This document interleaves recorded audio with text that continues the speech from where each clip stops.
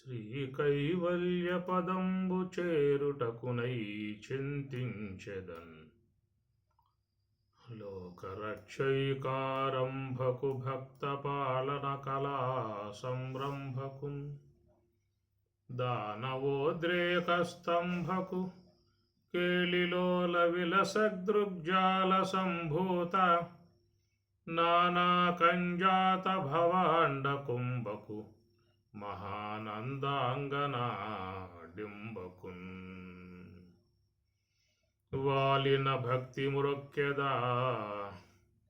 వాలిన భక్తి మురొక్కెద నవారిత తాండవ కేలికిన్ దయాశాలికి శూలికిన్ శిఖరిజాముఖ పద్మమయూఖమాలికిన్ బాల శశాంకమౌలికి కపాలికి మన్మద గర్వ పర్వతోన్మూలికి నారదాది ముని ముఖ్య మనస్సరసీరుహాలికిన్ నారదాది ముని ముఖ్య మనస్సరసీరుహాలికిన్ లలిత స్కందము కృష్ణమూలము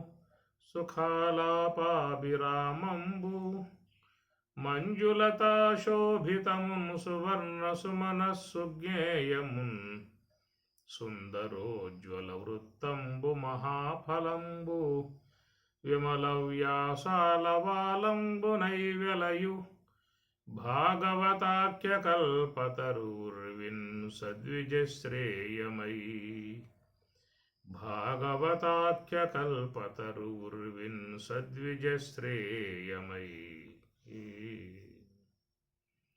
భాగవతము తెలిసి పలుకుట చిత్రంబు శూలికైన దమ్మె శూలికైన విభుద వరుల వలన విన్నంత కన్నంత తెలియవచ్చినంత తేటపరతు నిత్య పూజలివిగో నేరిచిన నోహో ప్రత్యక్షమైనట్టి పరమాత్మునికి నిత్య పూజలివిగో తనువే గుడియట తలయే శిఖరమట పెను హృదయమే హరి పీఠమట తనువే గుడియట తలయే శిఖరమట పెను హృదయమే హరి పీఠమట కనుగొను చూపులే ఘన దీపములట తలపులోపలి అంతర్యామికి నిత్య పూజలివిగో నేరిచిన నోహో ప్రత్యక్షమైనట్టి పరమాత్మునికి నిత్య పూజలివిగో పలుకే మంత్రమట పాడైన నాలుకే కలకలమను పిడి ఘంటయట నలువైన రుచులే నైవేద్యములట తలపులోపలనున్న దైవమునకును నిత్య పూజలివిగో నేరిచిన నోహో ప్రత్యక్షమైనట్టి పరమాత్మునికి నిత్య పూజలివిగో గమన చేష్టలే అంగరంగ గతియట తమిగల జీవుడే దాసుడట గమన చేష్టలే అంగరంగ గతియట తమిగల జీవుడే దాసుడట అమరిన ఊర్పులే ఆలమట్టములట క్రమముతో శ్రీ వెంకటరాయనికి నిత్య పూజలివిగో నేరిచిన నోహో ప్రత్యక్షమైనట్టి పరమాత్మునికి నిత్య పూజలివిగో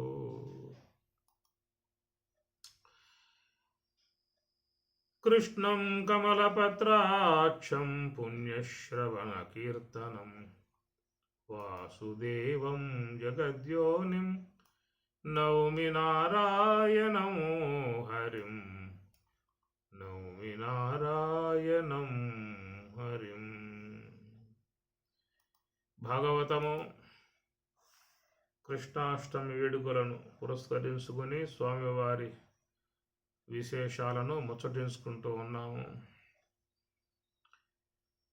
మరి భక్త పోతన అత్యంత వైభవపేతంగా స్వామివారిని కీర్తిస్తూ గానం చేస్తూ రచించినటువంటి భాగవతం శ్రీకృష్ణ మూలం, కృష్ణతత్వాన్ని అంత అద్భుతముగా ఇచ్చినటువంటిది. మూలం వేదవ్యాసుల వారు శ్లోకరూపకంగా ఉండగా దాన్ని తెలిగించి ఆంధ్రీకరించి చక్కటి సరళమైనటువంటి యొక్క పద్యాలతో చక్కటి విషయాన్ని మనకు అందిస్తున్నటువంటి కథాంశము కృష్ణ పరమాత్ముల వారి అవతారము.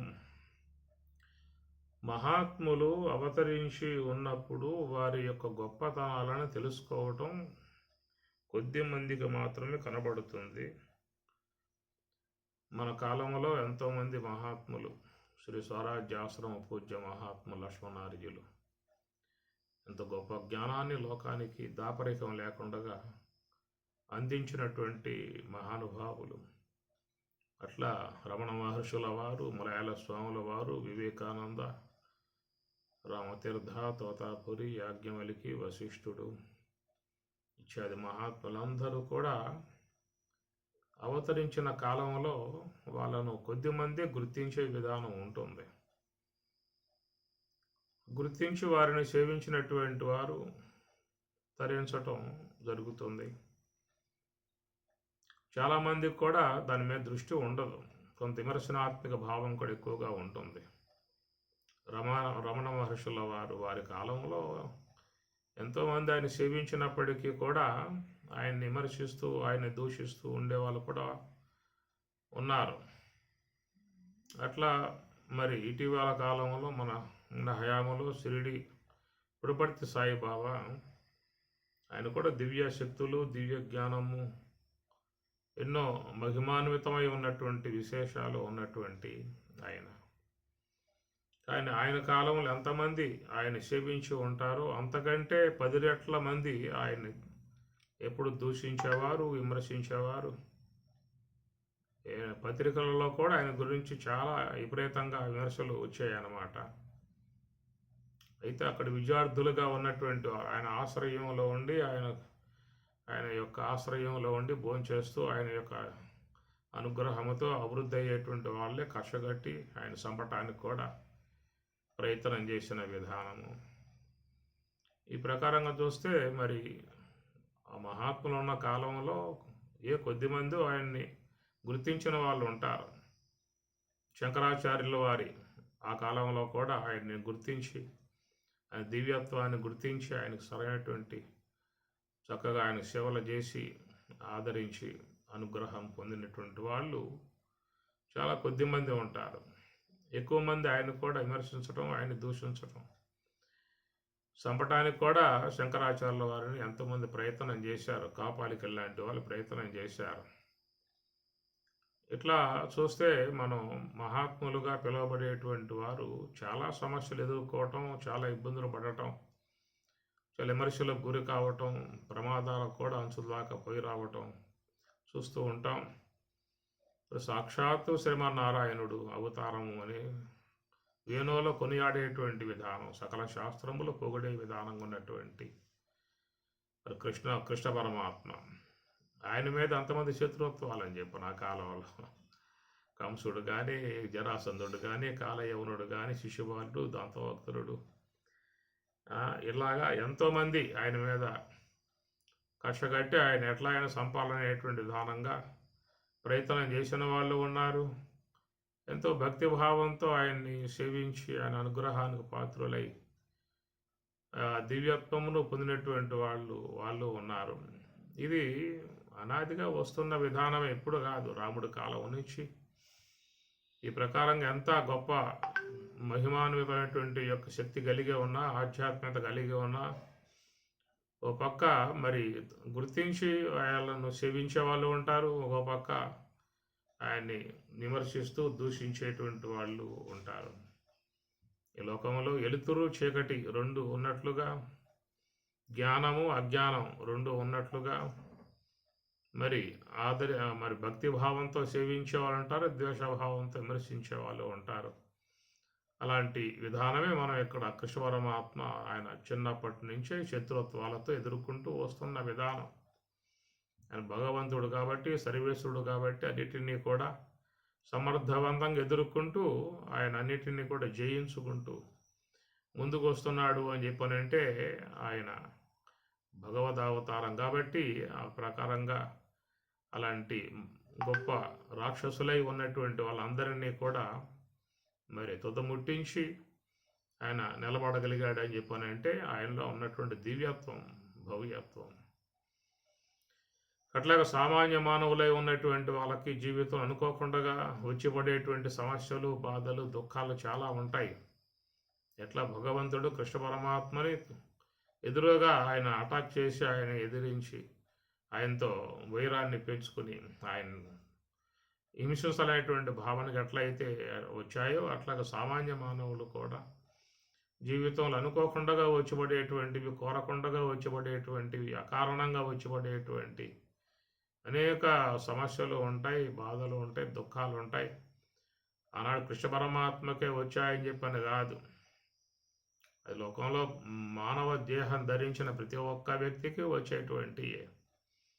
మనకెందుకు రామాయణం భారతాలు ఇవ్వటం కారణం అని చెప్పనంటే కష్టాల్లో ఉన్నప్పుడు అవి తలంచుకోవటానికి, కుటుంబంలో మరి ఆ బాధలు చూసినప్పుడు ఓదార్పు కోసంగా అంతటి పాండవులు అంతటి వాళ్ళే చివరికి కృష్ణ పరమాత్మ అండ ఉన్నా కానీ, కృష్ణ పరమాత్మ అనుగ్రహం ఉన్నా కానీ వాళ్ళకి బాధలు తప్పలేదు. అరణ్యాల్లో ఎన్నో కష్టాలు పొందారు, బాధలు పొందారు. ఆ కష్టాలతో పోల్చుకుంటే మన కష్టాలంత అని మానవుడు పోలిక చేసుకుని కొంత ఉపశమనం పొందుతాడు. ఉపశమనం కలగటానికి మనకు ఆ కథలన్నీ కూడా ఇవ్వటం కారణం. ఎందుకంటే మానవ జీవితం పరిచినటువంటి ఒక పూల పాన్పు కాదు, ముళ్ళ పాన్పు. అనేక సమస్యలు, బాధలు చెప్పకుండా వచ్చి కూర్చుంటాయి. అవి వచ్చినటువంటివి కూడా అంత తేలిగ్గా పోయేటువంటివిగా ఉండవు. కొన్ని బంధువులాగా చూసిపోతుంటే, కొన్ని స్థిర నివాసం చేసుకుని ఇంట్లో తిష్ట వేసి కూర్చుంటాయి బాధలు. అనేక రకాలుగా వేధిస్తూ ఉంటాయి, బాధిస్తూ ఉంటాయి. అలాంటి ఆ విధానంగా ఉన్నప్పుడు వాళ్ళకి శరణ్యం ఏంటని చెప్పానంటే ఆ సంకట రమణుడు, వెంకటరమణుడు కృష్ణ పరమాత్మను ప్రార్థించటమే, భగవంతుణ్ణి ప్రార్థించటమే. భగవంతుడు కాబట్టి ఆయన అన్ని ఎదుర్కొన్నాడు, అన్నిటిని జయించగలిగాడు. అంత స్థాయికి మరి సామాన్య మానవులు లేరు కదా. సామాన్య విధానముగా ఉన్నటువంటి సామాన్య శక్తి, సామాన్య విధానం కలిగి ఉన్నటువంటి వారు కాబట్టి వాళ్ళు కృష్ణ పరమాత్మలాగా సమర్థవంతంగా ఎదుర్కొని పోరాడగలిగేటువంటి శక్తి కొద్ది మందిలో మాత్రమే ఉంటుంది. కొంత మానసిక బలం గలవారు, బుద్ధి బలం గలవారు, ఇంకా ద్రవ్య బలం గలవారు కొన్ని లోకంలో ఉంటారు. భగవంతునికి ఆ దివ్య బలం ఉన్నది, దివ్య శక్తి ఉంది కాబట్టి ఎదుర్కోగలిగాడు. అట్లాగా లోకంలో కొంతమంది కొన్ని శక్తులు ఉంటాయి, ధనరూపకంగా ఉండే శక్తి ఉంటుంది, అట్లా కొంత పరిచయాలు కలిగినటువంటి యొక్క జనబలం గల శక్తి ఉంటుంది. ఇలాంటి కొన్ని ఉంటాయి, ఎదుర్కొంటూ ఉంటారు. కానీ సామాన్య మానవుడే ఉన్నటువంటి ఎదుర్కోవాలంటే చాలా బెమ్మేలెత్తిపోయే పరిస్థితి కాబట్టి ఇక అలాంటి వాళ్ళకి శరణ్యం భగవంతుడిని ఆశ్రయించి తమ యొక్క కష్టాలని తొలగింపజేసుకోవాల్సి ఉంటుంది. ఇట్లా భగవద్ ఆరాధన అనేది మనకు ఏర్పాటు చేశారు. ఉపాసన విధానాలు ఎందుకు పెట్టారు అని చెప్పనంటే ఇలాంటి ఈ కష్టాలైనటువంటి నుంచి వాటి నుంచి బయటపడటానికి ఈ ఉపాసనలు, ఆరాధన లాంటివన్నీ కూడా ఏర్పాటు చేసిన విధానము. కాబట్టి ఇక్కడ మనం చూసినట్లయితే కృష్ణ పరమాత్మల వారు చిన్నతనం నుంచే, పసితనం నుంచే, ఉయ్యాలలో పడుకున్నప్పటి నుంచే ఆయన కష్టాలు ఆరంభమయ్యాయి. సమర్థవంతంగా ఎదుర్కొంటూ ఉన్నాడు. ముందుకు నడుస్తూ ఉన్న విధానం చూసినప్పుడు మరి జీవితంలో కూడా మరి ఎలాంటి కష్టమైనా కానీ పోతుందనేటువంటి భావంతోనే ముందు నడవాల్సి ఉంటుంది. కనుక దైవానుగ్రహం తోడు చేసుకున్నట్లయితే ఏ కష్టము కూడా వాళ్ళకి నిలబడే అవకాశం ఉండదనేటువంటి యొక్క కోణములో మనకి ఇలాంటి అంశాలని మహాత్ములు చరిత్రాత్మకముగా అందిస్తున్నటువంటివి. జీవితానికి ఒక భరోసా, జీవితానికి ఒక ఊరట, కష్టాల్లో ఉన్నటువంటి వానికి ఒక ధైర్యం అన్నమాట. అలా ధైర్యం కలగజేయటానికి ఉన్నటువంటివి ఈ కావ్యాలన్నీ కూడా. కనుక కృష్ణ పరమాత్మల వారు మరి గోపాల బాలులతో అరణ్యమునందు గోవులు మేపుతూ చక్కగా ఆడుకుంటూ పాడుకుంటూ ఉల్లాసంగా స్నేహభావాలు కాబట్టి చిన్నతనంలో స్నేహభావాలతోనే ఉండే విధానం ఉంటుంది. ఆ ప్రకారం గోవులు కాస్తూ ఉన్న సందర్భంలో పిల్లకాయలందరూ వచ్చి పరమాత్మతో మొరబెట్టుకున్నారు. ఏ కృష్ణ, నువ్వు అఘాసురుణ్ణి సంహరించావాయా, కానీ ఆకలి ఆసురుణ్ణి సంహరించలేకపోయావే. లోపల ఆకలి దంచేస్తా ఉన్నది, పదార్థాలేం కనపడటం లేదు, తినటానికి అవకాశాలు లేవు. మరి ఎట్లాగా ఏం చేస్తావో చేయమని చెప్పని పిల్లకాయలంతా అడిగినప్పుడు, వల్లవులారగి వనమున విప్రులు బ్రహ్మవాదులు దేవభవనమునకు నరుగుటగాంగిరి కాహ్వయములు సత్రంబు సలుపుచున్నారు. చనుడు మీరు మా నామములు చెప్పి మైత్రితో నడిగిన అన్నంబు బెట్టెదరు అనుచు పలుక వారలు చని విప్రవరులకెల్లను మొరొక్కి పశుల మేపుసు బలభద్ర కృష్ణులు అలసి పుత్తించిరట మమ్ము నన్నమడుగ ధర్మ విధులార అర్ధి ప్రదాతలారా పెట్టుడు అన్నంబు శ్రాంతుల పిలిచి తెచ్చి పెట్టుదురుగాది మిము బోటి పెద్దలెల్లా. ఆ విధంగా పిల్లకాయలంతా ఆకలితో ఉండటం కారణంగా పరమాత్మ చెప్పాడు, నాయనలారా చూడండి, ఆకాశంలో చూడండి, అక్కడ పొగలు వస్తూ ఉన్నాయి. అక్కడ పల్లె ఉన్నది, అక్కడ అయ్యవార్లంతా కూడా యజ్ఞం చేస్తూ ఉన్నారు. కాబట్టి ఆ యజ్ఞం చేసేటువంటి చోటుకి వెళ్ళి మరి మా పేర్లు చెప్పి మీరు అన్నం అడగండి, మీకు అన్నం పెడతారని చెప్పేసి అని కృష్ణ పరమాత్మ గొప్ప బాలులను అక్కడికి పంపించాడు. బ్రహ్మవాదులు దేవ భువనమునకు నరుగుట కాంగిరి సాహ్వయ సత్రంబు చలుపుచున్నారు. చనుడు మీరు మా నామములు చెప్పి మైత్రితో నడిగిన అన్నంబు పెట్టెదరు. పూర్వకాలంలో యజ్ఞములు చాలా విరివిరిగా చేస్తూ ఉండేవారు. ఆ కాలంలో కృతయుగం అంతా కూడా తపస్సు సంబంధ అంశాలు ఎక్కువ ఉంటాయి. అప్పుడు కేవలం బ్రాహ్మీ అనుభవము, బ్రహ్మ సంబంధ తపస్సు, యోగము, జ్ఞానము ఇవన్నీ కూడా ఉండేటువంటి కాలం. త్రేతాయుగ కాలం వచ్చేదలికి చాలా వరకు యజ్ఞములు బాగా విస్తరించాయి. ఎక్కడ పడ్డా కానీ ఎక్కువగా యజ్ఞములు అనేటువంటివి చేస్తూ ఉంటారు. ఆ యజ్ఞములలో అన్నదానం ప్రధానంగా ఉంటుంది. కాబట్టి పరమాత్మ చెప్పాడు, మీకేం ఇబ్బంది లేదు, మా పేర్లు చెప్పండి రా చాలు, చక్కగా మేము కూర్చోబెట్టి షడ్రసోపేతంగా మీకు ఆహారం పెడతారని చెప్పని పరమాత్మ గోపవల్లులకు చెప్పి యజ్ఞం చేసేటువంటి ఒక వాటికల కాడికి పంపించాడు. ఘన దీక్షుతనకు నైనంజను గుడువగ పశుభధనంబు సౌత్రాయనియును జనన వెనుక దోషము లేదు అనఘాత్మకులార పెట్టుడన్నము మాకు. అయా మీరు విధముగా కృష్ణ పరమాత్మ బలరాముడు ఈ పశువులకు ఆయటానికి అరణ్యానికి వచ్చారు. అందరూ కూడా కొంచెం ఆకలితో ఉన్నారు. కనుక మీరు కొంచెం ఆహారం పెట్టినట్లయితే వాళ్ళు సంతృప్తి చెందుతారని చెప్పేసి అని. లేదా ఇంక యజ్ఞములు పూర్తి కాలేదు, ఆహుతులు సమర్పించలేదు, యజ్ఞములు ప్రసాదాలు ఇంకా నివేదన చేయలేదనే భావాలు మీకు ఉంటాయేమో, అలాంటి ఏం పెట్టుకోమాకండి. ఉన్నటువంటి ఒక పరమాత్మ జగన్నాథుడు సర్వేశ్వరుడు ఆయన మమ్మల్ని పంపాడు తనకు ఆహారం నిమిత్తమై అని చెప్పని వాళ్ళు ఆ కోపబాలురు వచ్చి విన్నవించుకున్నారు. క్రతువున్ మంత్రము తంత్రము ధనముల్ కాలంబు దేశంబు దేవతయున్ ధర్మము నన్యముల్ దలపనెవ్వాడు అట్టి సర్వేశ్వరునకు మతి నోహింపగ గోపబాలుడను సున్మంద స్థితిన్ జూచి దుర్మతులై అన్నము లేదు లేదనిరి సన్మాన్య క్రియాశూన్యులై. ప్రకారంగా పిల్లలు పోయి బలరాముడు కృష్ణ పరమాత్మల వారు ఈ ప్రకారంగా అని చెప్పినప్పటికీ కూడా వాళ్ళు దాన్ని లెక్క చేయకుండా క్రతువున్మంత్రము తంత్రమున్ ధనమున్ కాలంబు దేశంబు దేవతయున్ ధర్మము నన్యముల్ దలపనవ్వాడు వట్టి సర్వేశ్వరునున్మతి నూహింపక గోపబాలుడు అనుసున్ మందస్థితిన్ జూచి దుర్మతులై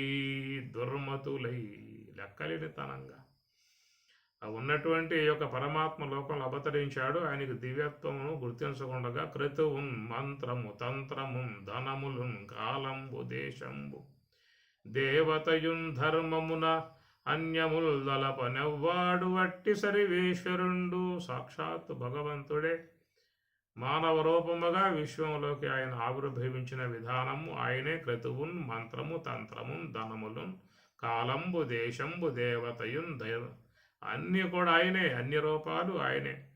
విశ్వములో అన్నీ కూడా ఆయనే విధముగా భాషిస్తూ ఉన్నాడు. క్రతువున్ మంత్రమున్ తంత్రమున్ ధనములున్ కాలంబు దేశంబు దేవతయున్ ధర్మము అన్నీ కూడా చూస్తే ఆ సర్వేశ్వరుడే.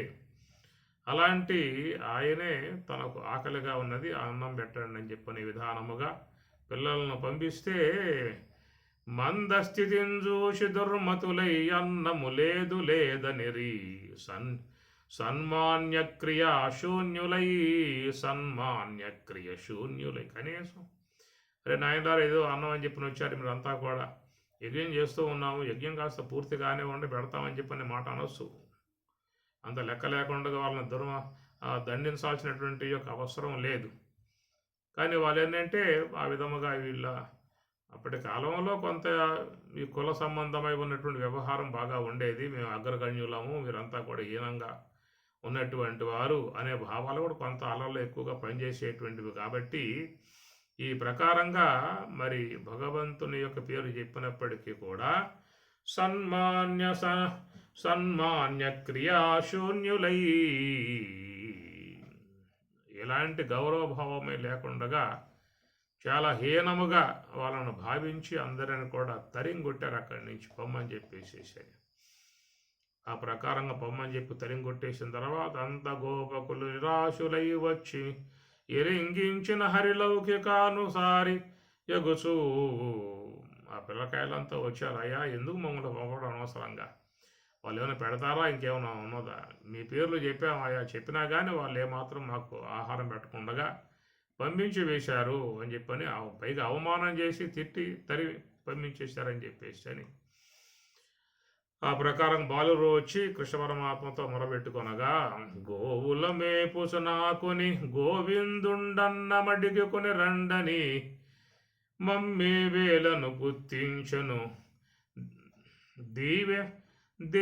దేవలసి రెండు తెండన్నంబుల్ దీవెనలసి. ఆ ప్రకారంగా చెప్పినప్పుడు కాదు నాయనా, మీకు అన్నం పెట్టాలంటే అక్కడ తల్లులు ఉంటారు, వాళ్ళ దగ్గరికి పోండి. వీళ్ళు పెట్టరు, మగవాళ్ళు పెట్టరు, ఇంట్లో ఉంటారు ఆడవాళ్ళు తల్లులు, వాళ్ళు పెడతారు. అక్కడ పొమ్మని చెప్పి అనగానే మళ్ళీ వీళ్ళు అక్కడ పోయారు. ఉన్నటువంటి వాళ్ళ సతులు ఉన్నటువంటి వాళ్ళ దగ్గరికి పోయి గోవుల మేపుచు నాకొని గోవిందుండు అన్నమడిగి కొని రండని మమ్మేలను గుర్తించెను అని ప్రకారంగా పోయి ఎప్పుడైతే ఆ విధంగా పరమాత్మ నామం వినగానే వాళ్ళకి పరవశ్యం అయిపోయి ఒక్కసారికి అంతటి భగవంతుడే స్వయంగా మాకు ఆహారం అని చెప్పనే విధానముగా అడిగాడని చెప్పేసి అనేవి గ్రహించి ఇక వాళ్ళకు ఎంతో పారవశ్యముతో పరమానందముతో అంతటి భగవంతుడే ఆహారం అని చెప్పని అన్నం అని చెప్పి అడిగాడు అనేటువంటి విధానముగా వాళ్ళు ఏవైతే యజ్ఞం కోసంగా యజ్ఞ పురుషుని కోసం యజ్ఞం వాటికలందు నివేదన చేయటానికి పదార్థాలు తయారు చేశారు. అవన్నీ కూడా తీసుకుని ఒక పరుగున పరమాత్మ వద్దకు బయలుదేరారు. బిడ్డలు మగలును బ్రాతలు నడ్డము చని వల దనంచునటు దలచి తలడని మారొడ్డు జగదీశ్వరునకు జడ్డన నన్నంబుకును సుజని రాసుదతుల్.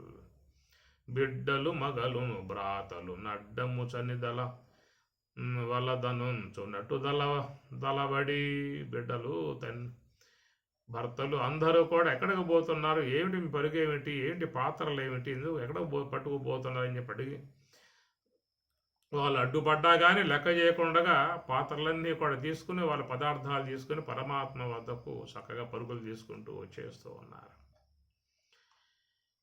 ఆ ప్రకారంగా వచ్చి పరమాత్మకు ఆ యొక్క నివేదనలన్నీ కూడా సమర్పించారు. వారిత సర్వస్పృహులై వారందరూ తన్ను చూడవచ్చుట మదిలో వారి జనయునుడు పొడగని వారికి నిట్లనియే నగి వారిత దృష్టిన్ కాంతారత్నములారమి గృహములం కళ్యాణమేమేమి గావింతున్మీరిటు రెండు మమ్మున చటన్ వీక్షింపనే తెంచినారని ఎంతో వేడుకతో నిరుంగుదుమో నిర్హేతు స్థితి నన్ను ధీమంతుల్ మీ క్రియజేరి గంధురు గదా మత్సేవలం సర్వమున్ కాంతారత్నములారమి గృహములం కళ్యాణమేమేమి గావింతున్మీకిటు రెండు మమ్మున చటన్ వీక్షింపనే తెంచినారండో వేడుకతో నిరుంగుదుము నిర్హేతు స్థితిన్. మీరెంతో ఉత్సాహముతో పరమానందముతో మమ్మల్ని దర్శించుకోవడానికి వచ్చినటువంటి వారుగా మేము భావిస్తూ ఉన్నాము. రండి.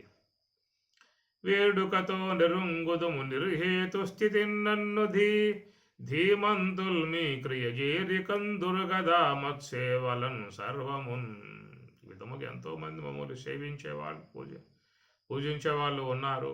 కాబట్టి ఆ ప్రకారంగా మీరు నన్ను చూస్తానికి వచ్చారు, నన్ను సేవించడానికి వచ్చారు రాండి అని చెప్పని సాధారణంగా ఆహ్వానిస్తూ, కావున గృహస్థులైన మీ పతుల మిమ్మున్గూడి క్రతువు నిర్విఘ్నంబుగా సమాప్తించేసెదరు. మీరు యాగవాటమ్మున కుంజనుండని నా విప్ర భార్యలిట్టనిరి తగునే మాధవ ఇట్టి వాడి పలుకల్ ధర్మంబులే మాయడన్ మగలన్ బిడ్డలు సోదరుల్ జనకులున్ మమ్మున్ నివారింప మచ్చిగనీయంఘ్రిలు చేరినార మటబో జేకొందురే వారల పగిదే మల్లము కింకరీ జనులుగా భావించి రక్షింపవే. అయా మీరే మాకు సర్వస్వం, కాబట్టి మీరే భర్త గతి, భర్త ప్రభువు సాక్షి నివాస శరణం సుహృత్తు, సమస్త లోకాలకు అధినాయకుడవు, సమస్త జనులకు మోక్షాన్ని ప్రసాదించేటువంటి వాడు. అలాంటి యొక్క మీ దివ్యత్వమును విని మీ వద్దకు వచ్చాం, మిమ్మల్ని సేవించడానికి వచ్చాం అని చెప్పి ఆ ప్రకారంగా పరమాత్మను కొనియాడుతూ సేవిస్తూ ఉన్నారు.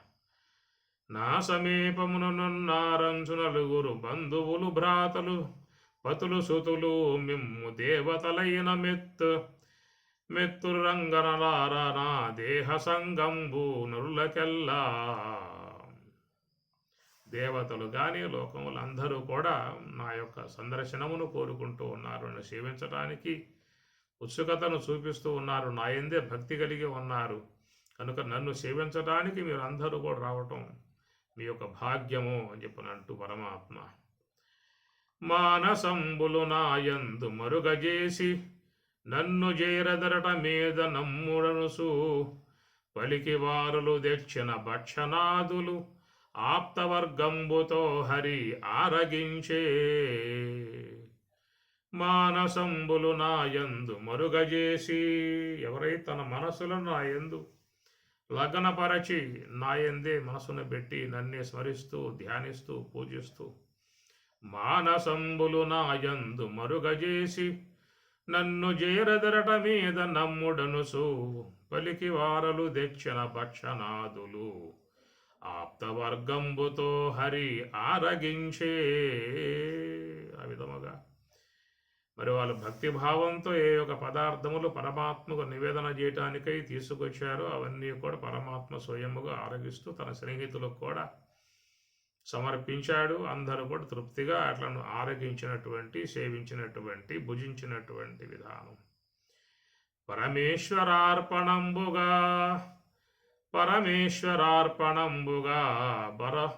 పరజనులకు భిక్ష ఇడిన పరమ పదమునన్ బరగెదరట హరి సాక్షాత్ పరమేశ్వర భిక్షజేయు ఫలమెట్టిదియో. పరమేశ్వరార్పణంబుగా పరజనులకు భిక్షయిడిన పరమ పదమునంబరగెదరు. లోకములో విధముగా అతిథి దేవోభవ అనే విధానముగా ఎంతోమందికి ఆహారం ఇచ్చి సమర్పించుకుంటూ ఉంటారు. ఎంతో మహాత్ములు కూడా భక్తిభావంతో ఆహారం పెట్టి సేవిస్తూ ఉంటారు. మరి అట్లా పెట్టేటువంటి విధానంలోనే వాళ్ళకి ఎన్నో సద్గతులు లభించే విధానంగా వస్తూ ఉన్నది. సాక్షాత్తు మరి ఇక్కడ పరగెదరట హరి సాక్షాత్ పరమేశ్వర భిక్షజేయు ఫలమిట్టిదియో. సాక్షాత్ పరమేశ్వరునికే వారు భిక్ష ఇడి మరి ఉన్నటువంటి వారు కాబట్టి వారి అంత పుణ్యాత్మ విధానము అని చెప్పని కొనియాడుతూ ఉన్నారు. యతి యస్య గురుహే భుంక్తే తస్య భుంక్తే హరి స్వయం. హరి యస్య గృహే భుంక్తే తస్య భుంక్తే జగత్రయం. ఉత్తర గీతలో చెప్తారు. యతి యస్య గృహే భుంక్తే. యతీశ్వరుడు ధ్యానం చేసేవాడు, జపం చేసేవాడు, తాత్విక చింతన కలిగి సన్మార్గంలో పయనిస్తూ తత్వచింతన చేస్తూ నిరంతరముగా ఆ యొక్క మనస్సును అంతర్ముఖముగా పరమాత్మ లోపల ధ్యానిస్తూ ఉండేటువంటి తత్వవేత్తలకు, యోగులకు భోజనం పెట్టినట్లయితే సాక్షాత్తు హరికి పెట్టినట్లే అనేటువంటి మాట ఉత్తర గీత. యతి యస్య గృహే భుంక్తే తస్య భుంక్తే హరి స్వయం. ఒక యతీశ్వరునికి పెట్టినటువంటి యొక్క ఆహారం సాక్షాత్తు హరికి పెట్టినట్లే అనేటువంటిది. ఎందుకని చెప్పనంటే వారు ఆ ప్రకారంగా నిరంతరంగా మరి నివృత్తి మార్గములో ఉండి ధ్యానములో ఉండి తత్వమును అవలోకన చేస్తూ బ్రహ్మ విద్యా మాతను ఆహ్వానం చేసుకుని ఆ యొక్క మాతకు నిలయమై ఉన్న విధానం కాబట్టి ఆ శరీరము ఆ సరస్వతి మాతకు నిలయమై ఉన్నటువంటి యొక్క శరీరము నిరంతరముగా లోన ఉన్నటువంటి యొక్క సాక్షాత్ భగవంతుణ్ణి సేవించేటువంటి వారు, ఆరాధించేటువంటి వారు. తనువే గుడియట తలయే శిఖరమట పెను హృదయమే హరి పీఠమట. తనువే గుడియట.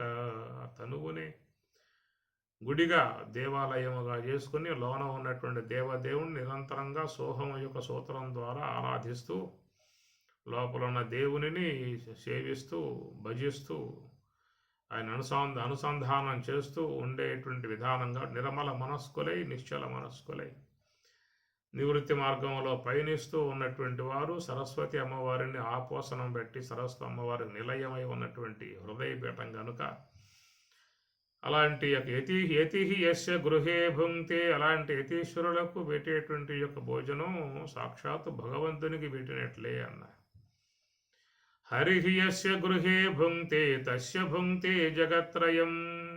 యతీశ్వరునికి భోజనం పెడితే అట సాక్షాత్తు భగవంతునికి పెట్టినట్లే అని చెప్పని. మామూలుగా మనం గృహంలో ఈశాన్య భాగంలో భగవదారాధన కలిగి ఉంటాము. ఆ యొక్క మన ఇష్టదైవ యొక్క రూపాలను పెట్టుకుంటాం. విగ్రహాలు కానీ పటాలు కానీ ప్రతిమలు కానీ పెట్టుకుని వాటిను అక్షోత్రాలతో సహస్రనామాలతో షోడశోపచారాలతో సేవించుకుంటాం. అయితే ఆ విగ్రహ రూపముగా ఉన్నటువంటి యొక్క దేవతలకు నైవేద్యాదులను కూడా సమర్పించుకుంటాం.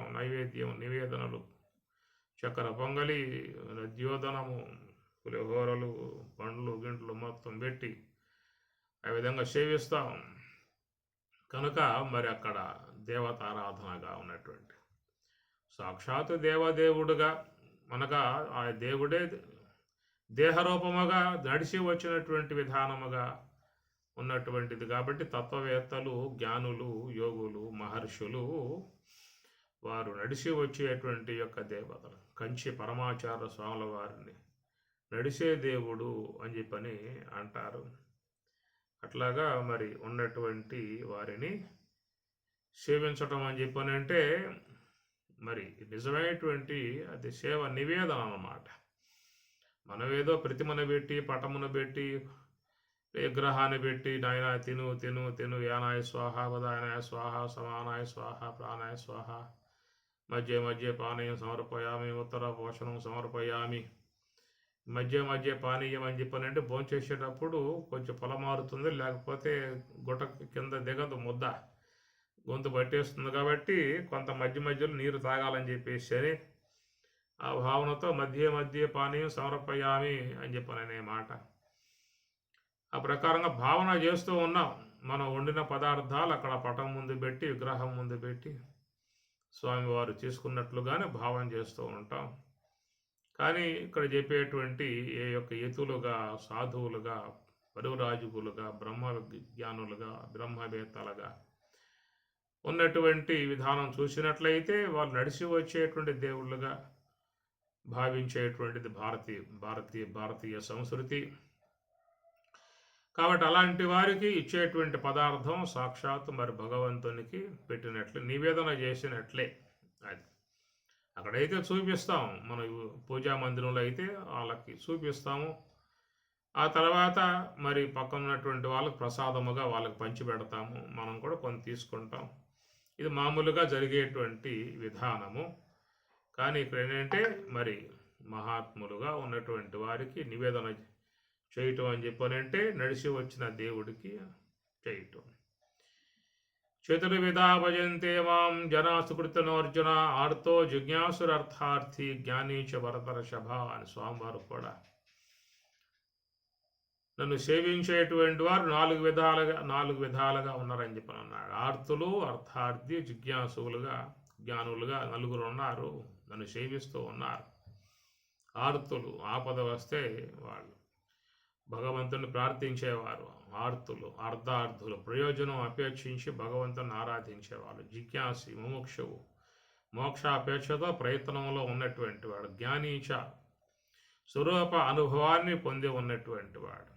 స్వామివారి ఈ మాటలు చెబుతూ ఉదారా సర్వ ఏవైతే జ్ఞానీతు ఆత్మయమే మతం. ఈ ముగ్గురు కూడా ఉదారులు, మంచివారు, నాకు భక్తులై ఉన్నటువంటి నన్ను సేవిస్తూ ఉన్నారు. తూ అయితే జ్ఞానీతు ఆత్మయేవా, జ్ఞాని అయితే నేనే అన్నాడు. ఎందుకంటే వారు స్వరూప అనుసంధానం చేస్తూ ఉంటారు కాబట్టి స్వరూపంలో లీనమై ఉంటారు.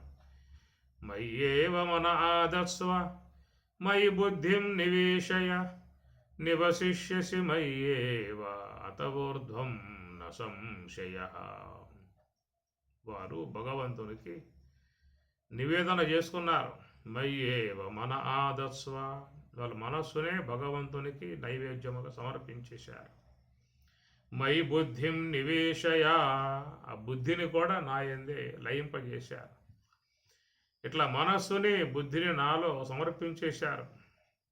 కాబట్టి వారు నివశేషమయ్యేవా, వారు నాయందే ఉన్నారు. నేనే వాళ్ళు, వాళ్ళే నేనుగా ఉన్నటువంటి విధానం. కాబట్టి పరమాత్మ అంటాడు జ్ఞానీతు ఆత్మయేవా, జ్ఞాని నేనే అన్నాడు. జ్ఞానికి నేను పరోక్షుడగాను, పరోక్షుండుగాడతడు నాకు సుజ్ఞానం విధి. అజ్ఞున మదికి కానబడదు తన్ను నన్ను గానమిననగా అని సీతారామాంజనేయంలో రామచంద్రమూర్తి చెప్పేటువంటి అంశం ఇది. జ్ఞానికి నేను పరోక్షుడగాను, నేను జ్ఞానికి నేను వేరుగా లేను. పరోక్షుండుగాడతడు నాకు, అతడు నాకు వేరుగా లేడు, ఇద్దరం కూడా ఒకటే. అజ్ఞుల మదికి గానబడదు తన్ను నన్ను గానమిననగా. అజ్ఞులుగా, అజ్ఞానంతో ఉన్నటువంటి వారికి వాళ్ళకి తెలియబడిన అంశం అది. తానెవరో తెలియదు, నేనెవరో తెలియదు. ఈ రెండు కూడా తెలియకుండా ఉండే విధానం అజ్ఞాన విధానం. కానీ స్వరూప అనుభవాన్ని పొంది ఉన్నటువంటి జ్ఞానులు వాళ్ళు నాకు పరోక్షముగా, నాకు వేరుగా వాళ్ళు లేరు, వాళ్ళకు వేరుగా నేను లేను. ఇరువురం కూడా ఒకే స్వరూపమై ఉన్నాము అని చెప్తున్నమాట. అలాగా ఉన్నట్టు కదిలే దేవుడుగా ఉన్నటువంటి మహాత్ములకు అర్పించేటువంటి నివేదనలు సాక్షాత్తు మనం భగవంతునికి నివేదించినటువంటి యొక్క ఆహారమే అవుతుంది. కాబట్టి యతి యస్య గృహే భుంక్తే తస్య భుంక్తే హరి స్వయం. హరి యస్య గృహే భుంక్తే తస్య భుంక్తే జగత్రయం. సాక్షాత్తు ఎవరు శ్రీమన్నారాయణునికి, భగవంతునికే నివేదిస్తారో ఇక వాళ్ళు ఇచ్చినటువంటిది జగత్రయం, ముల్లోకాలకి వాళ్ళు అన్నదానం చేసినట్లే అన్నాడు. ఒక యతీశ్వరునికి పెట్టినటువంటి భోజనం సాక్షాత్తు భగవంతునికి పెట్టినట్లే అని చెప్పని అన్నారు. హరి యస్య గృహే భుంక్తే, ఎవరైతే ఒక హరి ఎవరి గృహంలో ఆయన భుజిస్తాడో సాక్షాత్ ముల్లోకాలకి వాళ్ళు పెట్టినట్లయినటువంటిది మనకు ఉదాహరణగా చూసినట్లయితే భారతం. ద్రౌపది అమ్మవారు తాము కష్టాల్లో ఉన్న సందర్భంలో కృష్ణ పరమాత్మల వారిని ప్రార్థించగానే ఆయన గారు ప్రత్యక్షమై ఏమిటమ్మా నీ ఆపద అంటే స్వామి ఇది అని చెప్పని అంటుంది. ఆ ప్రకారం అక్షయ పాత్రలో స్వామిగారు పెంచుకుని నిర్మించుకుని దాని ఉదరగోళంలో పడేసి మూడులో కాలు తృప్తి చెందుగాక అని అంటంతో దుర్వాసాది మునులందరూ కూడా భుక్తాయాసముతో బాధపడిన పరిస్థితి భారతంలో వచ్చేటువంటి అంశము. కాబట్టి ఆ ప్రకారంగా భగవంతుని సేవించి ఆ విధంగా అనుగ్రహానికి పాత్రులై ఉన్నటువంటి విధానాలు మనం ఎన్నో చూస్తున్నాం, ఉదంతాలు చూస్తూ ఉన్నాం. ఇక్కడ భాగవతం నందు కూడా మరి ఇప్రకాంతలు పరమాత్మని సేవించినటువంటి సన్నివేశం మనం ఎక్కడ చూస్తున్నటువంటి విధానము. పరమేశ్వరార్పణంబుగా పరజనులకు భిక్షయిడిన పరమ పదమునన్ బరిగెదరు అట హరి సాక్షాత్తు పరమేశ్వర భిక్షజేయో ఫలమెట్టిదియో అని ప్రకారంగా మరి కొనియాడుతున్నటువంటి విధానం. అట్లు ఆ విధముగా పరమాత్మ వద్దకు వాళ్ళందరి విప్రకాంతలు వచ్చి స్వామివారికి వారే ఆ ముగ్ధమోహనాకారాన్ని దర్శించుకుంటూ భగవద్ దివ్యాకారం దర్శించుకుంటూ భగవంతుని సన్నిధిలో కూర్చుని మరి చైతన్యమూర్తి అయి ఉన్నటువంటి సాక్షాత్తు శ్రీ మహావిష్ణువు యొక్క అంశగా ఉన్న స్వామివారిని చక్కగా సేవించుకుంటూ తమ తెచ్చినటువంటి ఆహార పదార్థాలు ఏ యొక్క యజ్ఞమునందు నివేదన చేయటానికై వండారో అవన్నీ కూడా యజ్ఞ పురుషుడు భగవంతుడు ఆయన సాక్షాత్తుగా సమర్పించుకున్నారు. వీళ్ళు జడమతులుగా ఉన్నటువంటి వాళ్ళు పరమాత్మను కాదని చెప్పని పరమాత్మ స్వయంగా పిల్లలను పంపి ఆకలి అవుతుంది అన్నం పెట్టండి అయ్యా అని చెప్పని అడిగినా కానీ మందమతులై మనకి యజ్ఞములు పూర్తి కాలేదు, ఆహుతులు సమర్పించలేదు, అభిస్తులు ఇవ్వలేదు, యజ్ఞ పురుషునికి నివేదన చేయలేదు, మీకు పెడతామా మీరు గొల్లవాళ్ళు మీరే అన్నం అడుగుతారు వచ్చి ఇక్కడ ఏలకాని వేళలో చేసామని అందరూ కూడా పిల్లకాయలు తరిగి కొట్టిన విధానం వాళ్ళు. కానీ వీళ్ళందరూ కూడా పరమాత్మ యొక్క దివ్యత్వమును చక్కగా గ్రహించి ఉన్నటువంటి వారు కాబట్టి ఒక్కసారిగా ఆ యొక్క ఎప్పుడైతే ఆ మాట విన్నారో ఆ పాత్రలన్నీ కూడా తీసుకుని పదార్థాలు తీసుకొని స్వామి దగ్గరికి వచ్చి ఆయన దగ్గర నివేదన చేసుకున్నారు, నివేదన చేశారు. సాక్షాత్తుగా భగవంతునికే పెట్టి వాళ్ళు సంతృప్తిని చెందుతున్న సందర్భములో ఇట్లు సర్వేశ్వరుండైన హరికి భిక్షయిడి తమ భార్యలు అతని వలనన్ కృతార్థులగుట ఎరింగి భూసురులు తమలో ఇట్లనిరి. ఆ విధముగా తన యొక్క పత్నులు వచ్చి పరమాత్మను సేవించుకుంటూ ఆయనకి నివేదనలు చేస్తూ ఉంటే ఆ దృశ్యాన్ని చూసినటువంటి యొక్క విప్రులకు కన్నులు తెరుపులబడ్డాయి. వాళ్ళు వాస్తవాన్ని గ్రహించారు. వాస్తవాన్ని గ్రహించి పశ్చాత్తప్తులై ఈ విధముగా కటకట మోసపోయితిమి కాంతలపాటియు బుద్ధి లేదు నేడట హరిగానవో మెరుగ మేము దురాత్ములము మేము కల్మషోద్భటులము విష్ణు దూరగులము ప్రాజ్ఞతలేల తపంబులేల పర్యటనములేల శీలములు యాగములున్మరియేల కాల్పనే. ఈ విధముగా వాళ్ళకి కనుతిప్పు కలిగింది. కటకట మోసబోయితిమి కాంతలపాటియు బుద్ధి లేదు. కాంతలపాటి బుద్ధి మాకు లేకపోయి ఎన్ని వేదాలు చదివాం, ఎన్నో ప్రపాఠకాలు, ఎన్నో సూక్తములు, ఎన్నో వేదపన్నాలు గెన్నాలు మొత్తం కంఠస్థం చేశాం. రోజు వల్లి వేస్తూ ఉన్నాం, రోజు యజ్ఞవాటికలు కూర్చుంటూ ఉన్నాం, అగ్ని వేలుస్తూ ఉన్నాం, పదార్థాలు పోస్తూ ఉన్నాం, ఆహుతులు వేస్తూ ఉన్నాం, అనేకం చేస్తూ ఉన్నాం. కటకట మోసపోయితిమి కాంతలపాటియు బుద్ధి లేదు అన్నారు.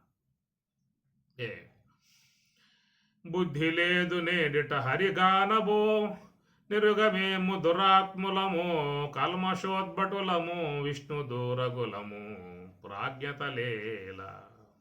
కాబట్టి ప్రకారముగా వేదములు అధ్యయనం చేయటం మంచిది. ఎందుకంటే వేదములు భగవంతుని చేత ఇవ్వబడ్డటువంటివి. కేవలం చదవటం మాత్రమే పెట్టుకుంటే లాభం లేదు. వాటిల్లో ఉన్నటువంటి విషయాలు కూడా అవగాహన చేసుకోవాలి. చాలామంది అయ్యవార్లు చూస్తే కంఠస్థం చేస్తారు, దాన్ని వల్లి వేస్తూ ఉంటారు. తైత్రీయం అన్నీ కూడా కంఠస్థం అయిపోయి ఉంటాయి. వాడు గడగడ గడగడ గడగడ చెప్తూ ఉంటారు. దాంట్లో ఒక్క ముక్క కూడా అర్థం తెలియకుండా ఉన్నటువంటి పరిస్థితి. ఎందుకు ఆ విధంగా పఠనం పెట్టారు అని చెప్పానంటే, అవన్నీ మంత్రభాగాలు పఠనం అయిన తర్వాత వాటిని అర్థాన్ని గ్రహించి అర్థవంతముగా జీవితం నడుపుకున్నట్లయితే ఏదైనా మోక్ష మార్గంలో పయనించే అవకాశం ఏర్పడుతుంది. ఇప్పుడు భగవద్గీత మనవాళ్ళు గడగడ గడగడ గడగడ వెళ్ళిపోతారు. ఆ గీతా జయంతి వస్తే గీతా పారాయణం పెడితే ధర్మక్షేత్రే కురుక్షేత్రే సమవేతాయుత్సవ మామకా పాండవాశ్చైవ కిమకుర్వత సంజయ అని చెప్పి ఆరంభం చేసి గడగడ గడగడ గడగడ పోయి పోయి పోయి పరుగులు పరుగులు పరుగులు పరుగులు ఈ తప్పులు గిప్పులు మొత్తం దాన్ని దొరుకుతూ ఉంటాయి. దీర్ఘాలు మింగేస్తారు, ఒత్తులు మింగేస్తారు, దాటేసుకుంటూ పోతూ ఉంటారు, గబగబ అయిపోవాలి అని చెప్పనే భావంతో వెళ్ళిపోతారు. చివరికి ధర్మక్షేత్ర ఎత్ర యోగీశ్వర కృష్ణో యర్తభాద్రో ధనుర్ధర తత్ర శ్రీర్విజయో భూతి ధ్రువాని తిరుమతిర్మమ. అమ్మయ్య అయిపోయింది కీపోడుతో పరిసమాప్తి. అది దాన్ని కాస్త ఆపేసి మళ్ళా మొదటి అధ్యాయం తీసి ప్రథమాధ్యాయ అర్జున విషాదయోగ ధృతరాష్ట్రోవాచ ధర్మక్షేత్రే కురుక్షేత్రే సమవేతాయుత్సవ మామకా పాండవాశ్చైవ కిమకుర్వత సంజయ అని మళ్ళా వచ్చి అక్కడికి ఆగుతారు. ఎక్కడైతే ఆరంభం చేశారో ఆడకే వచ్చి ఆగుతారు. ఆడంది ఎవరంటే ధృతరాష్ట్రుడు. అక్కడి నుంచే స్టార్ట్ చేస్తారు. తిరిగి మళ్ళా వచ్చి అక్కడే మళ్ళా ఆపుతారు. ఏమయ్యా అంటే మా పరిస్థితి ఇంతేనండి, వాడున్న చోటే మా చోటు కాబట్టి అక్కడి నుంచి ప్రారంభం చేసాం, మళ్ళీ అక్కడే ఆగామని చెప్పి అన్నట్లుగా ఆగిపోతుంది అన్నమాట. కాబట్టి భగవద్గీత అనే దాన్ని చదవటం చాలా గొప్ప విశేషం. చదవని వాళ్ళతో పోల్చుకుంటే వీళ్ళు చాలా ఉత్తములు. కనీసం ఆ మంత్రాలన్న మనసులో ప్రింట్ అయి ఉన్నటువంటి విధానం కదా. సాక్షాత్తు శ్రీమన్నారాయణుడు పలకగా వేదవ్యాసుల వారు చందోబద్ధం చేయగా పరమ పావనముగా పవిత్రముగా మంగళకరముగా పూజ్యవంతముగా సమస్త ఉపనిషత్తుల యొక్క సారభూతముగా ఉన్నటువంటి మరట్టి ఆ భగవద్గీతను పట్టుకోవటం కానీ పట్టుకున్న పుణ్యమే, దాన్ని చూసిన పుణ్యమే, ఇంకా దాంట్లో ఉన్న శ్లోకాలు చదివినా పుణ్య విధానమే, పుణ్యాన్ని సంపాదించుకోవటం అవుతుంది. అది చాలా గొప్ప విషయం. దానికంటే గొప్ప విషయం ఏంటని చెప్పానంటే దాని యొక్క అర్థాన్ని అధ్యయనం చేయటం గొప్పది. శ్రేయో హి జ్ఞానమభ్యాసాత్ జ్ఞానాత్ ధ్యానం విశిష్యతే ధ్యానాత్ కర్మ ఫలత్యాగ త్యాగాత్ శాంతి అనంతరం అన్నారు. శ్రేయో హి జ్ఞానమభ్యాసాత్, శ్రేయో హి శ్రేయస్సు అని చెప్పానంటే ఇప్పుడు చెప్పుకున్నట్లుగా మరి మార్గంలోకి అడుగు పెట్టడం శ్రేయస్సు, ఆశ్రమానికి రావటం గొప్ప విశేషం, స్వరాజ్య ఆశ్రమంలో అడుగు పెట్టడం అంటే పుణ్య విశేషం. కనీసం మేము ప్రోగ్రాం పెట్టినప్పుడు ఎంతోమంది మధ్యాహ్నం పడి భోజనం చేసిపోతూ ఉంటారు. వాళ్ళ ఉపన్యాసం రారనుకోండి, భోజనానికి వస్తారు. అట్లా రావటం పుణ్యమే. అట్లన్నా వాళ్ళ ఆశ్రమం అడుగు పెట్టారు, స్వామివారి ప్రసాదాన్ని కాస్త నోట్లు వేసుకుని తినలేరు. ఆ పుణ్యం ఏనాడో వాళ్ళ లాక్కొచ్చి మన కూర్చోబెడుతుంది ఆ ప్రకారంగా. ఎంతోమంది రాని వాళ్ళు ఉన్నారు. ఆ రాని వాళ్ళతో పోల్చుకుంటే కనీసం ఆహారం కోసమైనా ఆశ్రమానికి వచ్చారంటే అది ఒక పుణ్య విశేషం. లక్ష్మీ గారి ఆశ్రమం అండి, అక్కడ స్వరాజ్య ఆశ్రమం ఏదో గీతా జయంతి సందర్భంగా సప్తాహం పెట్టారంట, ఉపన్యాసాలంట, ఎవరో మహాత్ములు వచ్చారంట, జరుగుతున్న ప్రసంగాలు అలాంటివన్నీ మనకి పోయినా అర్థం కావు. కానీ మధ్యాహ్నం అయితే చక్కగా ఆ పదార్థాలు ఉంటాయి కాబట్టి అవి అర్థం అవుతాయి. వాటి వరకు మనకి ఇబ్బంది లేదు. వీళ్ళు చెప్పే మాట మనకు అర్థమయ్యే సాగు కాబట్టి అప్పుడు వద్దులే, మనకు మన టైం మనదే, వాళ్ళ టైం వాళ్ళది, వాళ్ళ టైంలో వాళ్ళు చూసుకుంటారు, మన టైంలో మనం చూసుకుంటాం అని చెప్పి కరెక్ట్గా చక్కగా వాళ్ళు గంట కొట్టినట్లుగా ఆ సమయానికి అందరూ బారులు తీరి వచ్చి నుంచుంటారు. అట్లా రావటం కూడా చాలా పుణ్య విశేషమే. కనీసం ఇప్పుడు పోతన మరి కంసుడు ఏలికలో పెరిగింది, ఏవో కొన్ని మహిమలు నేర్చుకున్నది అని చెప్పినట్లుగా చేస్తూ ఉన్నది, ఎన్నెన్నో చేసింది. ఎంతోమంది పిల్లకాయలను చంపి పారేసింది నిర్దాక్షిణ్యంగా. అట్లా చేసిన ఆమె పరమాత్మ రేపల్లికి రావటం గొప్పవాడు. అడుగు పెట్టింది కదా రేపల్లిలో, అది గొప్ప విశేషం. పరమాత్మ సన్నిధికి వచ్చింది కదా, అది ఇంకా గొప్ప విశేషం. పరమాత్మ ఒడిలోకి తీసుకున్నది కదా, అది ఇంకా గొప్ప విశేషం. లాలించి ఒక 2-3 పాటలు పాడి జోలగొట్టి ఆ పాలిచ్చి చేసింది కదా, అది ఇంకా పుణ్య విశేషం. అందువల్లే ఆయన కాదు, ఆయన మోక్షం ఇచ్చినట్లుగా మన భాగవతంలో వస్తుంది. భాగవతం మన ఘట్టం చెప్పుకున్నాం కదా, చివరిలో పద్యాల్లో ఆ మోక్షం పోయినట్లుగా చెప్తారు పరమాత్మకి. ఆ ప్రకారంగా కనీసం స్వరాజ్య ఆశ్రమంలో ఇది ప్రోగ్రాం అంట, ఉపన్యాసాలంట, మహాత్ములు వచ్చారంట, ఇది సప్తాహం అంట. కాబట్టి మనకు వారం రోజులు ఇంట్లో ఎలాంటి వెలిగించే అవకాశం లేదు. ఉదయం టిఫిన్ పెడతారు, మధ్యాహ్నం భోజనం పెడతారు, నైట్కి మళ్ళా చపాతీకి పది పెడతారు. వారం రోజులు బంద్, వంటశాలకి బంద్ అన్నమాట. సకుటుంబ సపరివార సమేతంగా రావచ్చు. చక్కగా పిల్ల జల్ల గొడ్డు గోద అందరికీ కూడా మా కార్యకర్తలు, మా ప్రసాద్ గారు కానీ, ప్రభాకర్ గారు కానీ, నరసింహులు గారు కానీ వెనకాడే విధానం లేకుండా భక్తులు కూడా ఇతోధిక స్థాయిలో ముందుకు వస్తే ఎంతమందా కానీ కాక ఎవరికి కూడా వద్దనే విధానం లేకుండా పెట్టండి అనే విధానం ఉదారత ఉన్నటువంటి విధానం. కాబట్టి ఆ ప్రకారంగా భక్తులు కూడా స్పందించి వాళ్ళు సహాయం అందించే విధానము. స్వామివారి ప్రసాదం ఈ రూపకంగా 10 మంది సంతోషంగా వారం రోజులు తినిపోయే విధానం, అది కూడా పుణ్య కార్యక్రమమే, పుణ్య విధానమే. వారం రోజులు తిన్న తర్వాత ఆహారం ఊరుకోదు కదా, ఏదో కూడా మనసు లోపల జ్వరపడుతుంది. ఏమో ఆశ్రమంలో పోతూ ఉన్నాం, తింటా ఉన్నాం, కానీ కాస్త తిందాం అనేది ఎప్పుడో కలుగుతుందో వాడికి, ఉండదు. లోన పడిన తర్వాత ఊరుకుంటుందా? ఆ పూట తిన్నాం, ఈ పూట ఎందాం అని చెప్పనే ఎదుగో కలుగుతుంది. కాబట్టి ఇవన్నీ కూడా ఒక పుణ్య మార్గానికి దోవ, పుణ్య విధానానికి దోవ అన్నమాట. కొంతమంది కూడా భక్తులు గురువుల వద్దకి ఏదో వాళ్ళకు పోతే ఆశీర్వదిస్తారు, మన కష్టాలు పోతాయి, దుఃఖాలు పోతాయి, మన బాధలు వాళ్ళకి చెప్పుకోవచ్చు అనే భావంతో వస్తారు. స్వామి నమస్కారం స్వామి, మా ఆవిడికి ఆరోగ్యం బాగాలేదు, ఆశీర్వదించండి. మా అబ్బాయికి ఇంకో ఉద్యోగం రాలేదు, వాడిని కొంచెం ఆశీర్వదించండి అనే విధానంగా రావటం అనేది జరుగుతుంది అన్నమాట. అట్లా వచ్చిన ఒక రకంగా అది కూడా పుణ్య సంస్కారమే. వాడి ఈ పూట ఏదో ఆరోగ్యం బాగాలేక రావచ్చు, పిల్లగాడికి చదువు కోసంగా రావచ్చు, వాడికి ఉద్యోగం కోసం రావచ్చు, లేదా తన కోడలకి సంతతి కలిగే విధానంగా ఆశీర్వాదం రావచ్చు, ఇంటికి ఆహ్వానం చేసి వాళ్ళని ఆశీర్వాదం ఇప్పించవచ్చు. మొదలవుతుంది ముందు. అట్లాగా చిన్న విధాయకం మొదలైన తర్వాత మెల్లమెల్లగా వాళ్ళకి ఆ సంస్కారం మెల్లగా వస్తుంది, తరించే అవకాశం ఏర్పడుతుంది. ఇది గొప్ప విశేషం. కాబట్టి శ్రేయోహి అని పరమాత్మ కూడా ఇదంతా కూడా శ్రేయోహి, శ్రేయో మార్గం ఏ యొక్క విధానముగా కూడా ఆ వైపుకు మనసు తిరిగింది కదా, ఆ వైపుకు రావాలనే భావం కలిగింది కదా. వాడు కామ్యముగా వచ్చాడు, ఇప్పుడు కామ్యంగా వచ్చాడు, నమస్కారం చేశాడు, సమాధి నమస్కారం చేశాడు.